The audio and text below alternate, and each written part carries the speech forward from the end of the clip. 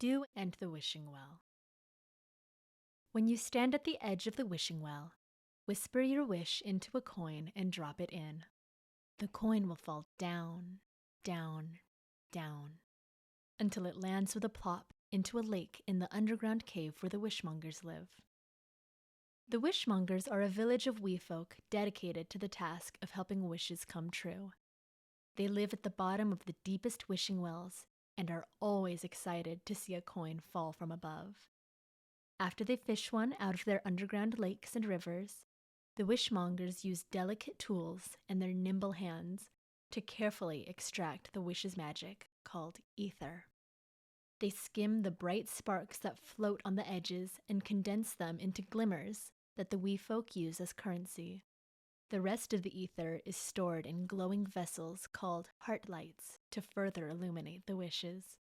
After the coins have been processed and polished, they must be returned to the world above, passed on to the fairies who sprinkle them back through the human realm to be found and wished upon once more. Each generation has one wee folk, known as the messenger, destined to travel between the realms for this important work. A new messenger has come of age, and her name is Dew. Dew had spent her entire life in the wishing well, and she loved the work they did to see wishes come to life. But deep in her heart, she held a secret wish of her own. She wished for a true friend. She had never had one, as the wishmongers were completely devoted to their craft, and they did not seem to have much in common with the young messenger. Dew watched them talk amongst each other while they worked, and longed for someone to talk to and laugh with, someone who let her feel comfortable to be herself. One day, the time had come for Dew to make her first voyage to deliver coins to the fairies. The wishmongers lined up to each place a coin in a wagon that she would pull behind her, and granted her luck on her journey. When the wagon was all filled up with copper and silver, she went off on her way. The climb to the surface came with some difficulties. The stone path that wound its way up the inner walls of the well were wet and slippery in some spots. Dew had to be very careful to watch where she stepped, and the well was so deep that the journey to the top felt like it took an entire day. She had to stop several times to rest her weary legs. After many long hours, Dew saw a bright light shining at an angle above her. It was the sun, casting its rays, encouraging her that the climb would soon be over. This was a rare sight for her. The wishmonger's realm was lit up mainly by the glow of the heart lights, as there were only a few times of the year when the sun rose at just the right angle to shine all the way down to their underground cave. At the sight of it so close to her now, Dew summoned the last of her strength to pull herself and the wagon out of the well. She stretched out on the flat surface, basking in the warmth of the fresh forest air. After a short wait, a flock of fairies flew down from the canopy of trees above and landed on the wishing well in front of Dew.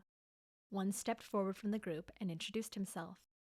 "You must be the new messenger," he greeted her warmly. "We have looked forward to finally meeting you.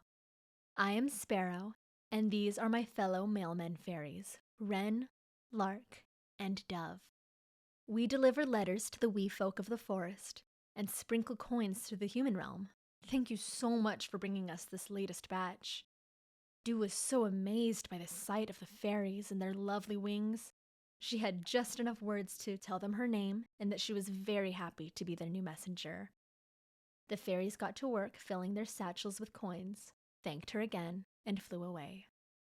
Fairies, like wishmongers, are very dedicated to their work and always seem to be busily flying from place to place. Dew watched them become small specks in the air. She knew she should bring her now empty wagon back to the depths of the wishing well, but the forest looked so inviting, she decided to stay and relax for a bit. As she rested her legs over the outer side of the well, a small voice called out from below, "Hello there!" Surprised, Dew pulled her knees under her and peered over the edge. There on the forest floor was another wee folk. This one was a girl close to her own age, wearing a pretty brown dress and an acorn cap beret. She was sitting cross-legged on an upside-down teacup, braiding flower stems into dainty little chains. The girl smiled up at Dew and gave her a wave. I thought I had heard someone up there, shouted the girl, her hand cupped around her mouth to carry the sound. Your crown is very pretty.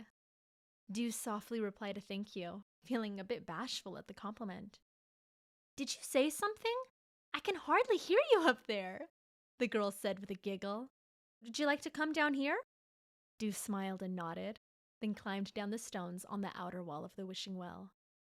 It was much easier to climb down this side, as the distance was much shorter than it was on the inside, and her leg muscles already felt stronger from her earlier ascent.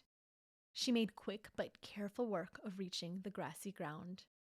The earth smelled sweet and floral, and it felt warm beneath her feet. She reveled in the sensation for a moment, as the girl in the brown dress scooted over to make room for her on the teacup. The girl continued braiding flower stems as she spoke. I came out here to gather flower blooms from the Kind Witch's garden for a craft idea I had in mind, and the weather was so nice I decided to stay out here and work for a bit. I thought I could hear voices up there at the top of the wishing well, and then I saw the shadow of your feet. Oh, I'm Oakley, by the way, she said, all in one sentence, and paused at the end to take a breath. What's your name? My name is Dew. I'm the new messenger. She was feeling more and more confident with the title as the day went on. That's right. I heard the fairies mention that you would be arriving soon. Welcome to the forest. And with that, Dew and Oakley settled into a pleasant conversation, sunlight drifting down in golden threads through the canopy of trees surrounding them. Oakley's fingers moved quickly as she twisted and looped flower stems into a long chain of daisies and clovers. As they talked, Dew found herself drawn to Oakley's bright and wandering spirit. Her thoughts fluttered like butterflies, always chasing color and beauty, and her words painted pictures as wide as the forest and as high as the sky. Dew had never met anyone like her. She seemed so worldly, as if her imagination could take her to all the places to which Dew would soon travel. Oakley did not ask too many questions, nor did she hurry their time. She simply spoke and listened with a kind curiosity, showing just as much interest in Dew's personal stories as she did about the explanations of her responsibilities as the messenger. It warmed her heart to have someone really see her. As the conversation slowed, Oakley slipped the finished braid from her hands and held it out to Dew. It's a friendship bracelet, she said with a smile. You don't have to wear it, but it's yours if you want it. Dew took it with trembling fingers, her breath caught in her throat. No one had ever given her something like this before, something so thoughtful and lovely and just for her. I love it, she whispered. Thank you. And in that moment, Dew felt her secret wish stir gently in the deep, quiet place where it lived. Maybe, just maybe, it was already coming true. The end.